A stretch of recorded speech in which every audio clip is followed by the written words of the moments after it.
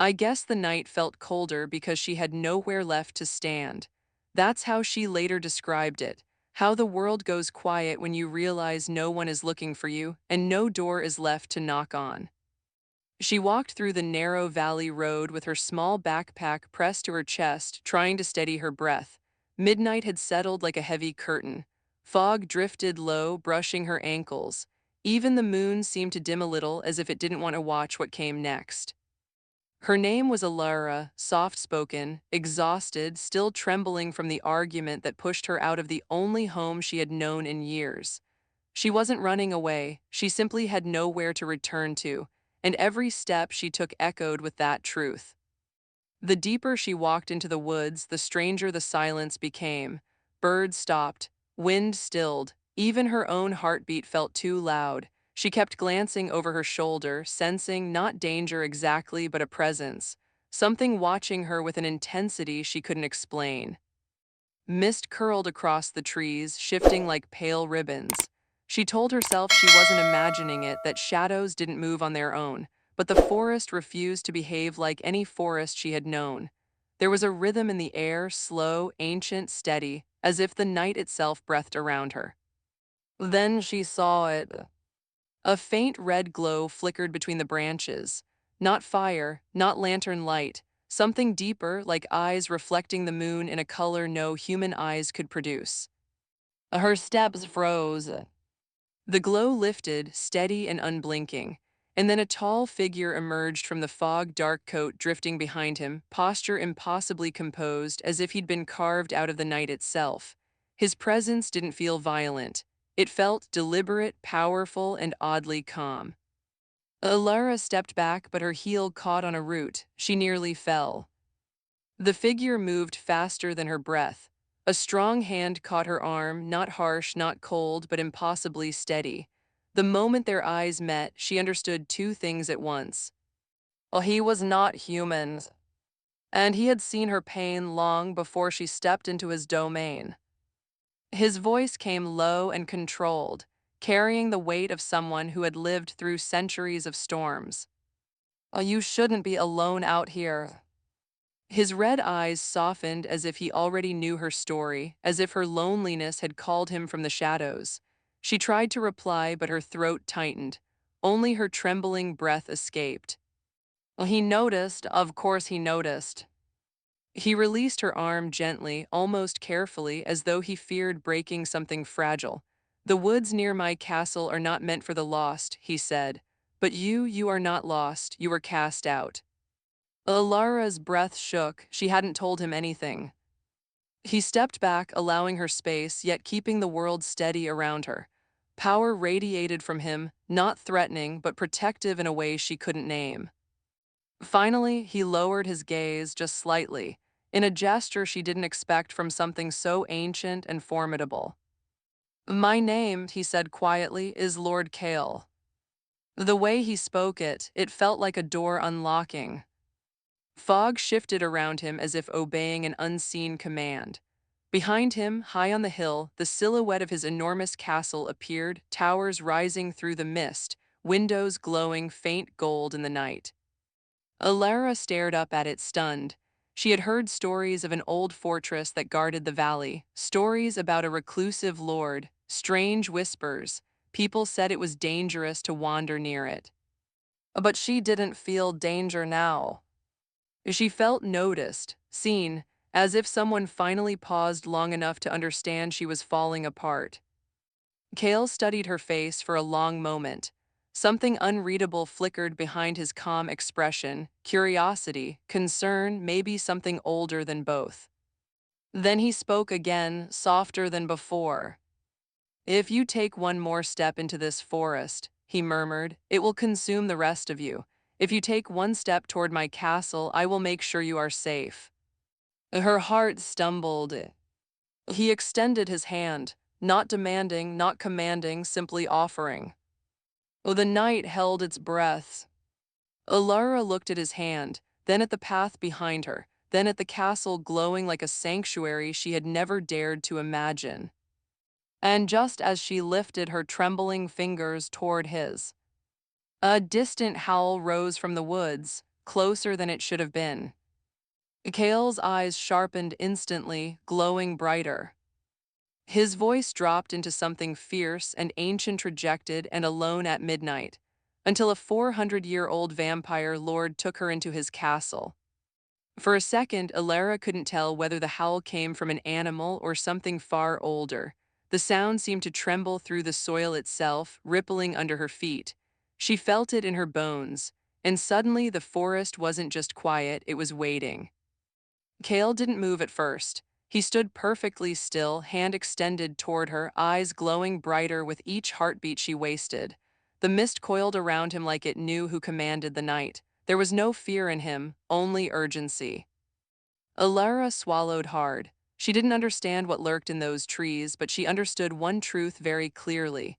If she turned back toward the valley, she would face the same rejection waiting for her. If she stayed here alone, the forest might claim her before dawn.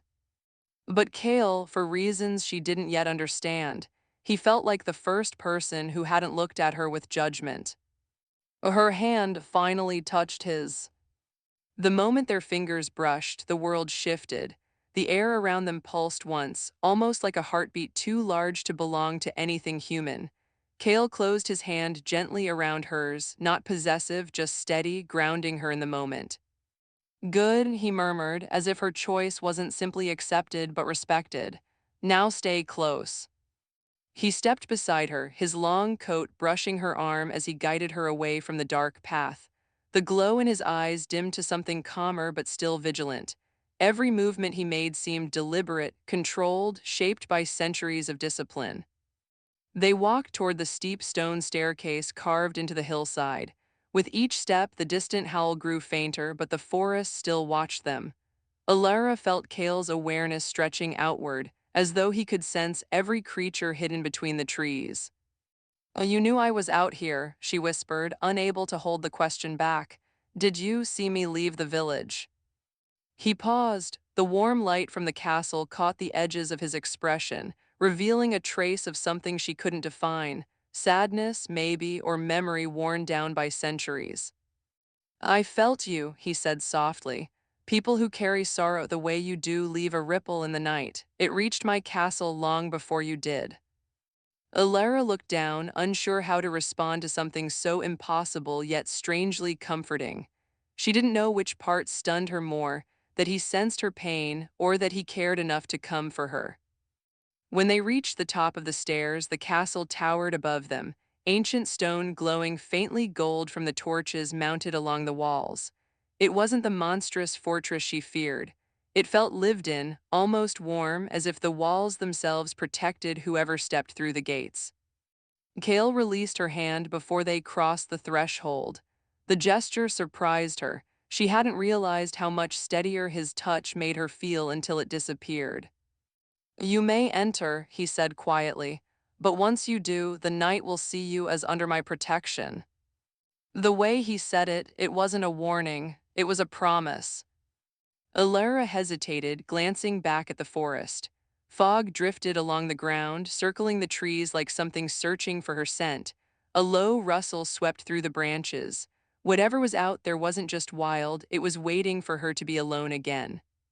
Her chest tightened as she stepped through the castle gates.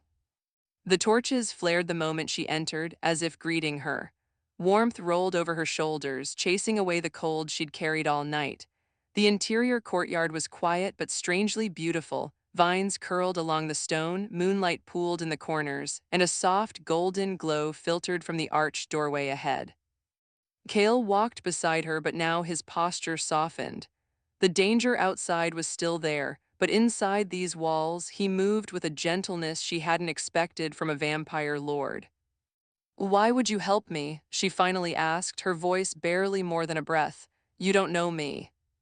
He stopped. Slowly, he turned to face her. His expression held no arrogance, no hunger, no cold superiority people whispered about when telling stories of the vampire lord. Instead, it held something deeply human, an ache she recognized only because she carried a smaller version of it. "For 4 centuries," Kael said, "I have watched humans push away those who needed them the most.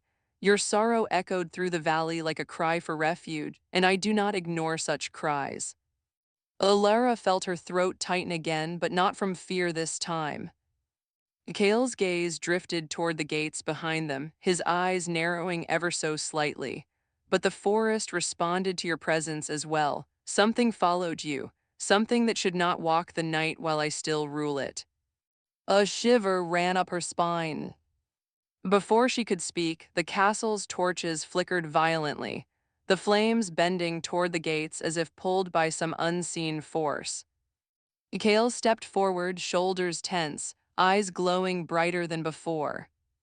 Elara, he said in a voice that thrummed with ancient power, stay behind me. She took a step back, breath trembling, heart pounding. The heavy iron gates slammed shut on their own. Kael didn't flinch, but his voice dropped to a whisper that carried far more weight than fear. Whatever hunts you has entered my domain. The gate stopped shaking, but the echo clung to the courtyard like dust that refused to settle. Elara pressed her back against the inner wall, trying to steady her breathing. She wasn't sure which frightened her more, the creature outside or the way Kael's calm began to crack. He stepped toward the gates, posture rigid, his coat shifting in the torchlight like it had a will of its own. His eyes were no longer soft or curious. They burned with a quiet fury that didn't belong to someone protecting a stranger. It belonged to a king protecting his realm. Elara swallowed hard. Is it after me? He didn't answer right away. His head tilted slightly, as if he was listening to something she couldn't hear. The torches dimmed, shadows stretching across the stone like fingers. Then Kael spoke, voice low. It followed your fear. Creatures born from shadow feed on it. They rarely cross into my territory unless drawn by something powerful. Her pulse quickened. My fear is that powerful. He finally turned to her. His expression softened, not pity, not worry, but understanding that reached straight into her chest. Not your fear, Kael murmured, your pains. Her breath hitched. She didn't know how he could say it so gently, as if he wasn't pointing out weakness but recognizing a wound he had seen before. Maybe he had. 400 years was long enough to witness more broken souls than she could imagine. He walked closer, slow enough not to startle her. His presence didn't overwhelm, it steadied her like leaning into solid stone after a long storm. When humans are rejected by those they trust, Kael said softly, pieces of them go quiet. The night hears that silence. Elara looked down, blinking hard. She didn't know why she felt so exposed in front of him, someone who could end her with a single breath. Yet here he was, explaining her own heart with a patience no one else had shown. Is it my fault, she whispered, that something came after me? Kael lifted her chin gently with 2 fingers, not commanding, careful, almost tender. Nothing that hunts you tonight came because of who you are, he said. It came because those who should have protected you failed. His words landed with a weight she wasn't ready for.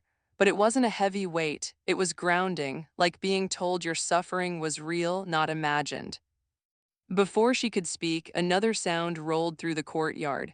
Not a howl this time, something quieter, a scrape, a breath, as if something was testing the walls, searching for cracks. Kael's eyes brightened into a sharp, blazing crimson. He released her and stepped toward the archway that led deeper into the castle. Elara, follow me, he ordered, not with arrogance, but with certainty that leaving her alone was not an option. She hurried after him, heart pounding.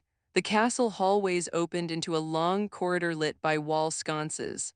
Shadows danced across tapestries and tall windows that showed only fog outside. Where are we going? She asked, trying not to sound as scared as she felt. To the inner chambers, Kael said. It cannot reach you there. She hesitated, but it reached your gates. He slowed and looked back at her. Not everything that wants entry can claim it, not while I live. Somehow, the way he said that didn't frighten her. It comforted her more than any locked door ever had. As they walked deeper inside, Elara noticed the castle wasn't cold or empty the way legends described vampire lairs. The air held warmth from old fireplaces. Books lined carved wooden shelves. The scent of aged stone mixed with something gentle, lavender maybe, or some herb she didn't recognize. This place is, she searched for the right word, beautiful. Kael's expression flickered, almost surprised. Most fear it. I don't, she said quietly. He studied her for a long moment, something shifting behind his gaze.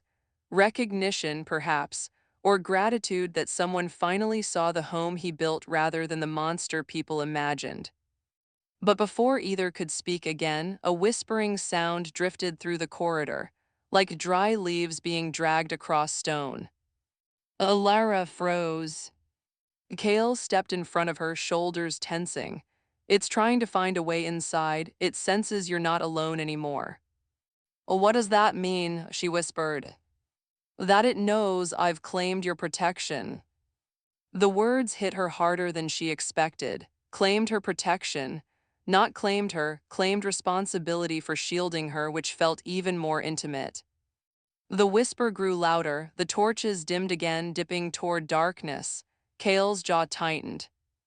Elara, stay close to me. Do not speak to it. Do not respond if it calls your name. While she shivered, it can speak. He didn't answer. He didn't need to. They reached a tall wooden door reinforced with iron. Kael placed his hand on it, and a faint red glow traced the carvings, ancient runes she couldn't read. The door unlocked itself with a heavy thud. Inside was a warm chamber lit by a single hearth. The firelight painted the stone walls in soft gold. A chair, a table, a window overlooking the mist-covered valley. It felt safe, safe in a way she hadn't felt in years. Kael stepped aside, allowing her in first. You will rest here tonight. Elara stepped over the threshold, but as she turned back, she saw something she hadn't expected. Kael looked troubled, not for himself, for her. He spoke quietly, almost to himself. I should not have let you walk the forest alone. I felt your sorrow earlier than I arrived. Elara blinked, stunned. Why didn't you come sooner? He closed his eyes for half a second, a rare crack in his composed exterior. Because I feared I would frighten you. Her breath caught. Before she could reply, the window shutters slammed violently from the outside, hard enough to rattle the entire chamber. Kael spun toward it, eyes blazing. The whispering outside grew into a voice, thin, broken, echoing her name like a plea. Elara. She backed away, trembling. Kael stepped in front of her, fangs glinting slightly now, not in hunger but in warning, like a guardian readying for war. And then, in a voice deeper than the stones beneath them, he made a promise the night itself seemed to hear. You will not touch her. The chamber seemed to shrink around them as that thin voice seeped through the shutters. Elara pressed her palms against her ears, but the sound wasn't entering through the window. It was slipping into the room like cold breath threading straight through the stone. Kael stepped forward, shielding her fully. His presence was different now, no longer quiet, contemplative, or restrained. The ancient part of him, the part shaped by centuries of protecting his realm, rose like a storm. Elara, he said softly without turning, stay behind me. Whatever it says, do not answer. She tried to speak, tried to say she understood, but her voice wouldn't move. The whisper came again, closer this time, too close. Elara, you don't belong there. Come back to the dark. The voice didn't sound hungry or violent. It sounded wounded, like something that had lost itself long before she ever stepped into the forest. That was what made it terrifying. It didn't feel like a monster. It felt like despair wrapped in a voice, reaching for someone to drag into its shape. Kael lifted his hand toward the window. Shadows recoiled from his touch as if burned. The whisper cracked mid-sentence, breaking into static. You feed on sorrow, Kael murmured, but her sorrow is not yours to claim.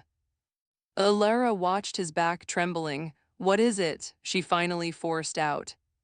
He didn't look away from the window. A wraithborn, a creature made from human anguish. It clings to those abandoned or forgotten. It sensed you wandering alone. Her chest tightened, so it came because it thought I belonged to it. That, Kael said, is why I brought you inside. The shutters rattled again, so violently the hinges groaned. Elara stepped back, heart hammering. Something pressed against the wood from outside, shape undefined, movement strange, like fog trying to force itself solid. Then the whisper shifted. It wasn't calling her name anymore. It began mimicking her voice. Kael, help me, Kael. Alara's breath stopped. Kael's eyes went cold, crimson sinking into a darker shade. Do not listen to it, he said, voice low, controlled. A wraithborn steals the voices of those it stalks. But how does it know minds? You spoke your fear into the night, he answered, and it memorized every tremor. Elara wrapped her arms around herself, feeling suddenly exposed. But before her panic could build into something sharp, Kael turned to her, not abruptly, but carefully, as if he sensed how fragile the moment was. You are not responsible for what hunts you, he said. I will drive it away. Something shifted inside her. Not courage, not strength, but the first hint of relief she'd felt in days. To be believed, to be defended. To not be told she was overreacting or imagining things, this alone felt like a lifeline. The whisper outside sharpened, the borrowed voice twisting into something colder. She doesn't belong with you, ancient one, she belongs to the dark she created. Kael stepped closer to the window, shoulders rigid. The firelight flickered behind him, casting his silhouette across the room, tall, steady, unyielding. His voice dropped into something ancient. You may touch the forests, he said, but you will not touch my guest. The flames in the hearth rose higher, reacting to his tone as if obeying a command they'd waited centuries to hear. Elara felt the temperature shift, the room growing warmer as if Kael's power pushed the cold out. The shutters flew open. Not broken, not splintered, but forced by something unseen. Elara gasped and stumbled back against the table. A rush of dark mist surged inside, swirling like smoke caught in a storm. It circled the ceiling, the walls, the floor, fast, frantic, searching. Kael stepped in front of her again, spreading one arm slightly to keep her covered. Do not look into it, he warned quietly. But she couldn't help it. And when she accidentally met the center of the swirling mass, she didn't see a creature. Oh, she saw a face. Distorted, faint, like a memory drowned underwater. A human face twisted by loneliness so deep it had lost the shape of who it once was. The sight punched through her chest like cold metal. Kael reacted instantly. He moved faster than her eyes could track, lifting his hand, slicing it through the air with a gesture that cracked like thunder. A burst of red light shot across the room, striking the Wraithborn's mist and forcing it backward. The face dissolved into spirals of shadow. But it didn't leave.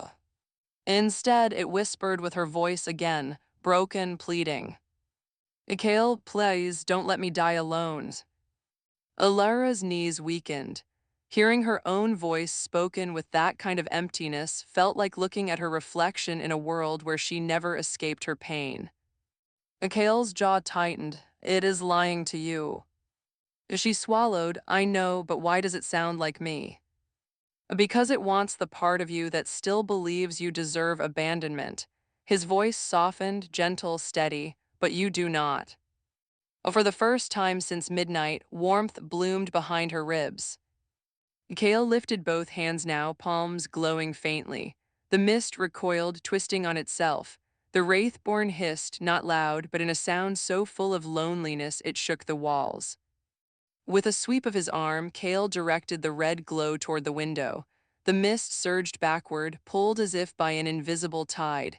Inch by inch it retreated, dragged toward the night outside. The chamber brightened again. The warmth returned. Finally, with a burst of light so bright she shut her eyes, the Wraithborn was expelled from the castle. The silence fell. Kael lowered his hand, breathing slow and controlled, but his shoulders sank slightly, exhaustion hidden beneath centuries of discipline. Elara stepped forward. Kael, are you? Oh, she stopped. He was trembling. Not visibly, not in fear, just barely enough for her to see the weight he carried in forcing out something that fed on human sorrow. Before she could speak again, he turned toward her, and for the first time since she'd met him, he didn't look composed. He looked vulnerable. I can protect you from the night, he murmured, but I cannot protect you from the reason it came for you. Elara felt her heart tighten. What reason? Kael lifted his gaze, and there was no ancient fury now, only something deeply human in his eyes. You believe you are unworthy of belonging, he said softly, and that belief is killing you from the inside. Before she could answer, before she could even breathe, the torches in the hallway flared again. Not from danger, from someone else entering the castle.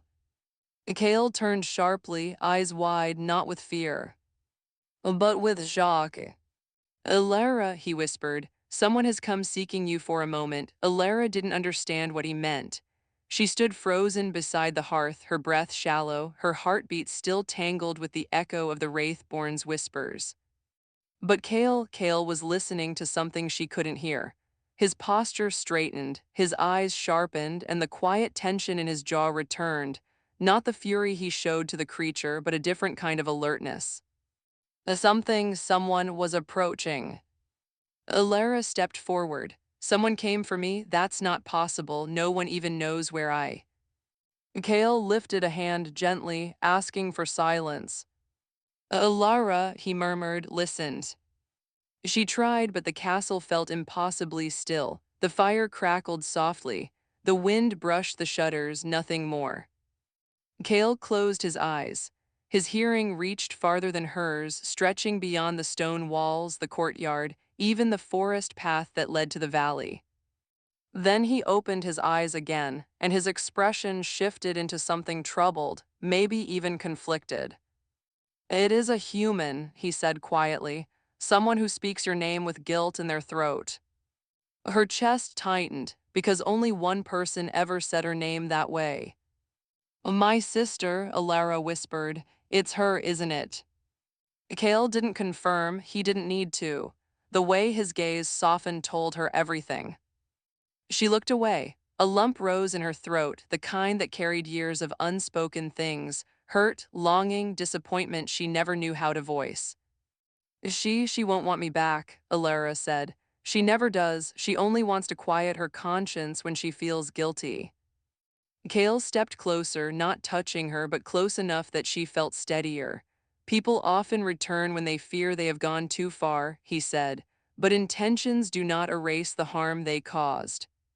Elara let out a slow breath. I don't want to face her. You don't have to, Kael replied gently. This is your refuge tonight, you decide who enters it. Before she could speak, heavy footsteps echoed through the corridor, hesitant, muffled, full of uncertainty. Then a trembling voice carried through the hall. Elara, please, are you here? She closed her eyes. That voice carried memories, hurried apologies, broken promises, affection that always arrived too late. Kael watched her carefully. Do you want me to send her away? Her fingers tightened around the edge of the table. I don't know. Then let your heart answer, Kael said softly. Not your fear, and not the expectation that you owe her forgiveness tonight. Tears pricked the corners of her eyes, not from sadness, but from the quiet empathy in his voice.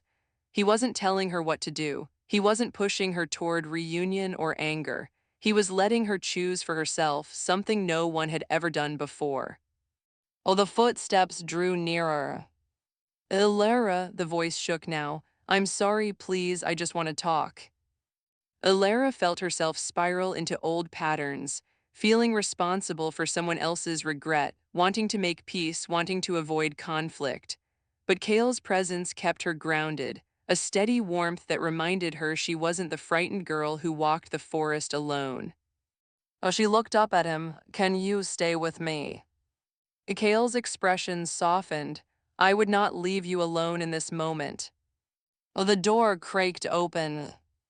Her sister stood in the doorway, wrapped in a cloak, face pale from the cold, eyes red from crying.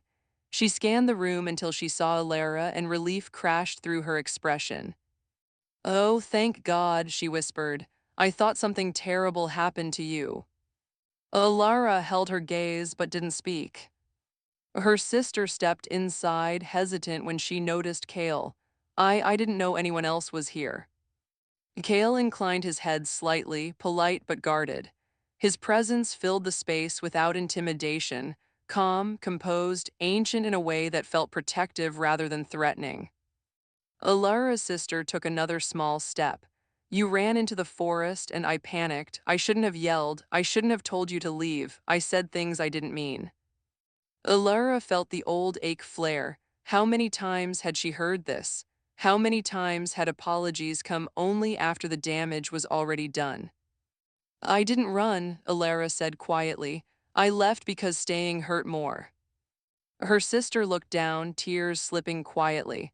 "I know, and that's why I came. Please come home, we can fix this." Before Elara could answer, Kael's voice entered the space, gentle but with a firmness that left no room for pretense. "She will not return to a place where she is broken," he said. "Not tonight." Her sister blinked at him, startled. Who are you?" Kael didn't look away, someone who sees her clearly. A silence filled the room, thick with everything unsaid. Elara felt her heart pull in two directions, toward the years she spent craving belonging and toward the strange, new safety she found behind Kael's walls. Her sister wiped her eyes. "Elara, please, I came for you. Doesn't that mean anything?" Elara felt tears gather, but she didn't let them fall. "It means you care," she said softly, "but caring doesn't erase the moments when I needed you and you weren't there." Her sister's shoulders shook. Kael stepped back, allowing Elara the space to breathe but not leaving her side. She felt the reassurance of his presence like a quiet shield behind her. "Elara," her sister whispered, voice breaking, "if you don't come home tonight, then when?" Elara looked down, then slowly lifted her gaze. "I don't know," she whispered, "but not now, not like this, I need time." Her sister closed her eyes, nodding through the hurt. "Okay, I understand, I'll wait for you, just be safe." She stepped backward, pausing at the door. "I'm sorry," she whispered one more time, and then she slipped back down the corridor. The silence left behind was different this time. Not heavy, not hostile, just quiet like a wound finally allowed to breathe. Elara stood there, shaking slightly. "Kael, I didn't expect her to come." He stepped beside her, voice softer than she had ever heard it. "Even when people fail us, their hearts sometimes try to return. But you did not bend tonight, you chose yourself." Her chest trembled, not from sadness, but from something that felt like strength beginning to grow roots. "Kael," she whispered, "why does it feel like you understand me more than anyone else ever has?" His eyes met hers, red, ancient, but carrying something human beneath centuries of solitude.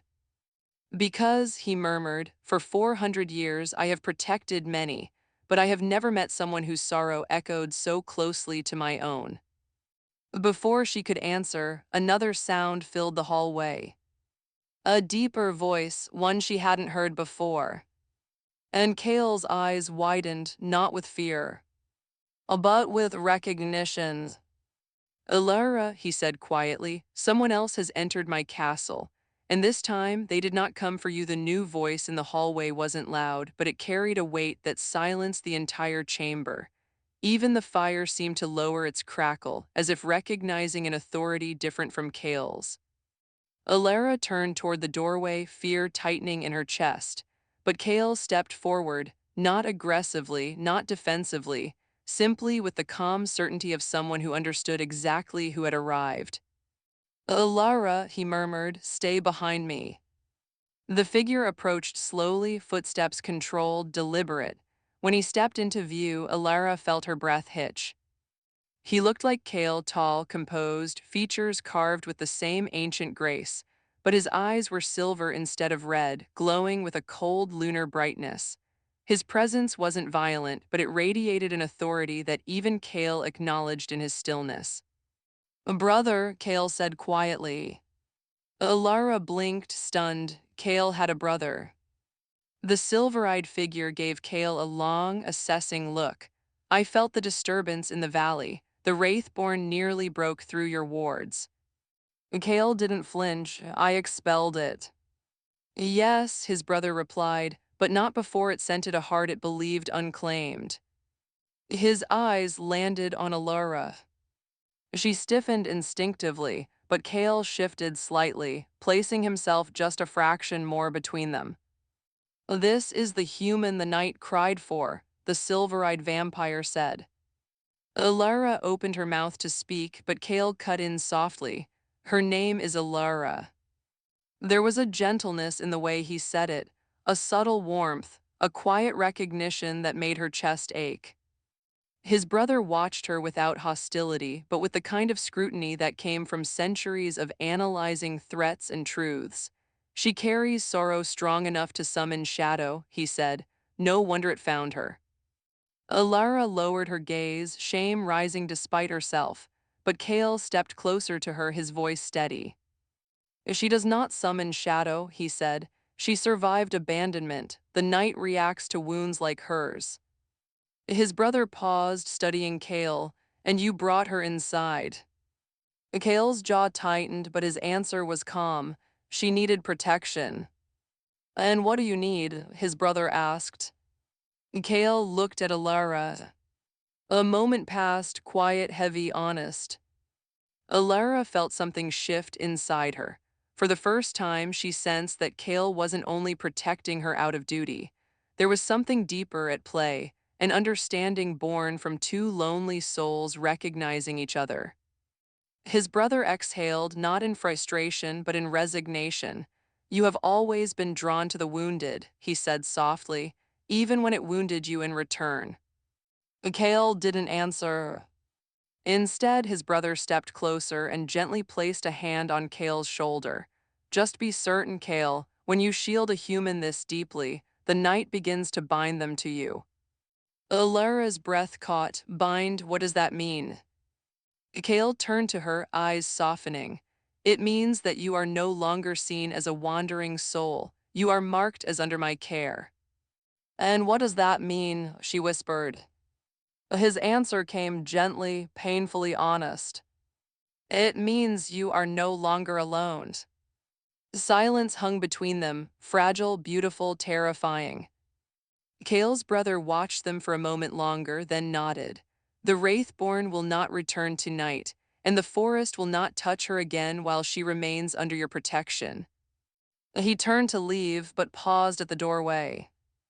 "Just remember, Kael, humans do not stay forever, but the night remembers every vow we make." And with that, he stepped into the hall and vanished into the shadows. The chamber felt impossibly quiet again. The danger had passed, Elara's sister was gone, and the castle no longer trembled with unseen threats. Yet Elara felt her heart racing, not from fear, but from the weight of everything Kael had done for her. He turned toward her, expression gentle now, the storm inside him quiet. "Elara," he said, "you are safe here, tonight and as long as you choose to be." She took a slow breath, stepping closer. "Why did you help me, really?" He looked down for a moment, as if searching through centuries of reasons until he found the one that felt true. "Because," he said quietly, "I saw myself in you." Alara's throat tightened. "In me." "Yes," his voice barely rose above a whisper. 400 years ago, I knew what it was to be cast out of the place I belonged. I knew the silence that follows, the way it eats through someone who only wanted to be seen." She felt tears brim again, not from hurt, but from the strange, unexpected comfort of being understood so completely. Kael stepped closer, slow enough that she never felt overwhelmed.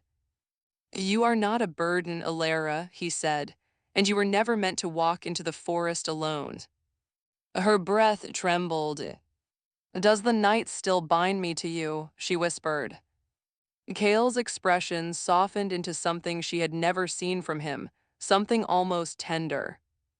It does, he murmured, but only because I chose to reach for you and you chose to take my hand. He extended that same hand now, gentle, steady, no longer a gesture of urgency, but an invitation.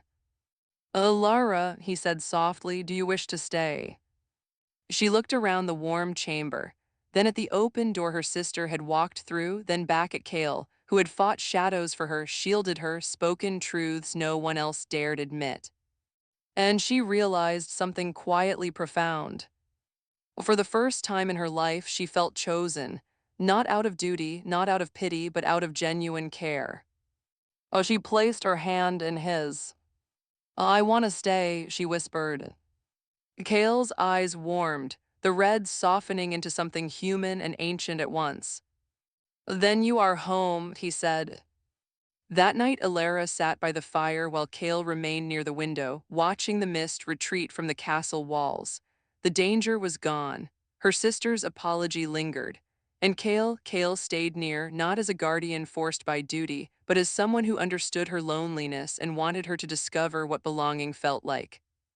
Elara finally rested, not because she was no longer afraid, but because someone finally stood between her and the darkness without asking anything in return.